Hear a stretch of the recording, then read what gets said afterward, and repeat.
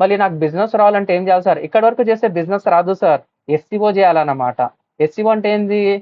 Search engine optimisation. Optimisation. Yes. Thank you.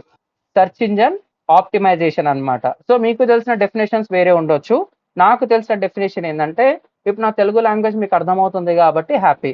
నేను హిందీ మాట్లాడతా, అర్థం చేసుకుంటారు. ఇంగ్లీష్ మాట్లాడతా, వచ్చినా రాకున్నా అర్థం చేసుకుంటారు.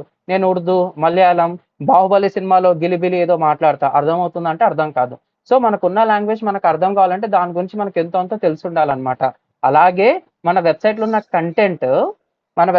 కంటెంట్ మనకు తగ్గట్టు, మనకెవరైతే ప్రాజెక్ట్ ఇస్తారో వాళ్ళకి తగ్గట్టు, గూగుల్ తగ్గట్టు ప్రాపర్‌గా అనలైజ్ చేసి పెట్టాలన్నమాట. సో, ఇక్కడ ఏదైతే లాంగ్వేజ్ ఉంటుందో, ఇప్పుడు నేను తెలుగు మాట్లాడుతున్నా కాబట్టి మీకు అర్థమవుతుంది. అలాగే ఎస్‌సిఓ అంటే ఏంది తెలుసా? నా definition, it's my own definition. Language of search engines అన్నమాట. లాంగ్వేజ్ ఆఫ్ సెర్చ్ ఇంజిన్స్ అన్నమాట. Search engines. చాలా మంది తప్పో రైటో కూడా తెలీదు. But according to me it's a language of search engines.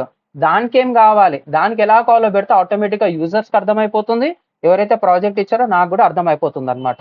Simply it will be called as language of search engines అన్నమాట. దీని గురించి బ్యూటిఫుల్ కాన్సెప్ట్స్ ఉంటాయి.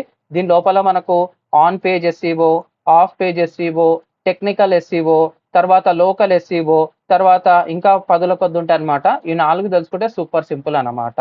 ఒక్కసారి ఇది అర్థమైందనుకో, సైన్స్ అనేది మీకు అర్థమైపోతుందన్నమాట. ఆడియన్స్ యొక్క బిహేవియర్, సైన్స్ అనేది మీకు అర్థమైపోతుంది. One of the beautiful concept.